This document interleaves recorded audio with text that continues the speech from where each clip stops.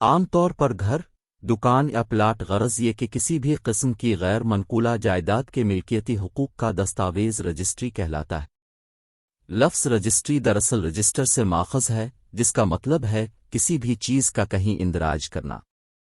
مثال کے طور پر اگر آپ کوئی گاڑی خریدتے ہیں تو محکمہ ایکسائز میں گاڑی کی خرید، اس کے model, brand, engine number, chassis number وغیرہ کی مکمل تفصیلات کے اندراج کے بعد محکمہ آپ کو ایک دستاویز فراہم کرتا ہے جو کہ رجسٹریشن باق کہلاتی ہے۔ یہ باق اس بات کا دستاویزی ثبوت ہے کہ آپ خریدی گئی گاڑی کے اصل اور قانونی مالک ہیں۔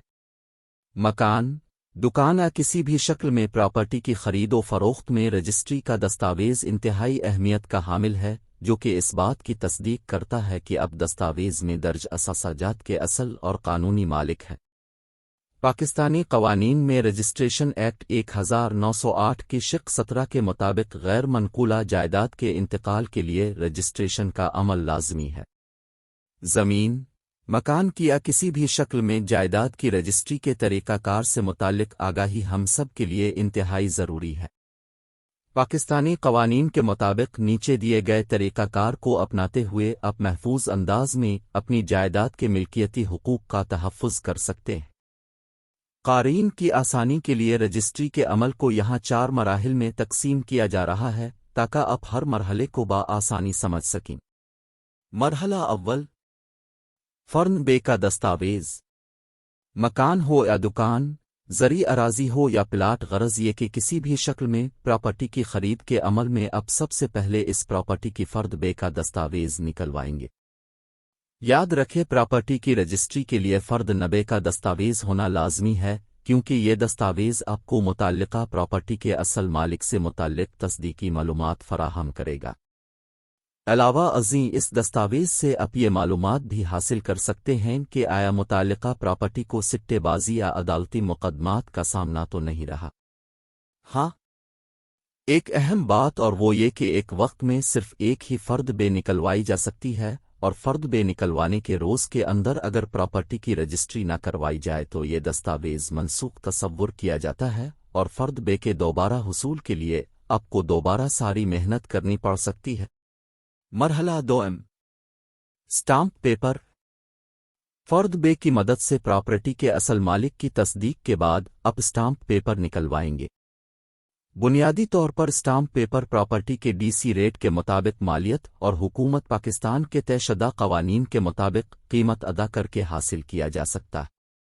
سٹامپ پیپر کی پشت پر پراپرٹی کے خریدار اور پراپرٹی بیچنے والے کا نام، ان کے شناختی کارڈ نمبر زاور مستقل پتہ درج کیا جاتا ہے، اور خریدار اور بیچنے والے کے علاوہ سٹامپ پیپر جاری کرنے والے شخص کے دستخط اور مہر بھی درج ہوتی ہے۔ علاوہ ازیں سٹامپ لکھتے وقت اس دستاویز میں پراپرٹی کا ڈی سی ریٹ اور ثمن فروخت بھی درج کی جاتی ہے۔ اس کے علاوہ سٹامپ پیپر میں پراپرٹی بیچنے اور خریدنے والے کی مکمل تفصیلات، اس پراپرٹی کا محل وقوع اور گواہان کے نام، شناختی کارڈ نمبرز، مستقل پتہ اور دستخطوں کے علاوہ انگوٹھوں کے نشان بھی درج کیے جاتے ہیں۔ اس سارے تفصیلی عمل کا بنیادی مقصد متعلقہ پراپرٹی یا زمین کو غیر قانونی کرداروں اور قبضہ مافیا کے اوچھے ہتھ کنڈوں سے محفوظ بنانا ہے۔ مرحلہ سوم، پراپرٹی کی رجسٹری کے عمل میں متعلقہ ضلع کے رجسٹرار کا کردار۔ وثیقہ نویس سے اسٹامپ پیپر تیار کروانے کے بعد اس بات کی اچھی طرح تسلی کر لیں کہ اسٹامپ پیپر میں درج پراپرٹی کے محل وقوع، قیمت، خرید اور فروخت کنندگان سمیت گواہان کی تفصیلات حقائق پر مبنی ہے۔ اسٹامپ پیپر میں درج فریقین کے دستخطوں اور انگوٹھوں کے نشانات سے متعلق بھی اچھی طرح تسلی کر لیں۔ اب اسٹامپ پیپر کے ساتھ فرد بے، دونوں فریقین خرید کنندہ اور فروخت کنندہ کے شناختی کارڈز کی نقول کے علاوہ تحصیل میونسپل ایڈمنسٹریشن، ٹیکس اتھارٹیز کی جانب سے پراپرٹی سے متعلق تمام ٹیکسز کی ادائیگی کی رسیدیں منسلک کرنے کے بعد فائل متعلقہ ضلع کے رجسٹرار کے پاس لے جائیں۔ مرحلہ چہارم، رجسٹرار کے سامنے بیانات اور تصاویر کا عمل۔ رجسٹرار آفس میں فروخت کنندہ بیچی گئی پراپرٹی سے متعلق خرید کنندہ کے حق میں بیان دے گا، جسے رجسٹرار باقاعدہ رجسٹر میں ریکارڈ کرے گا۔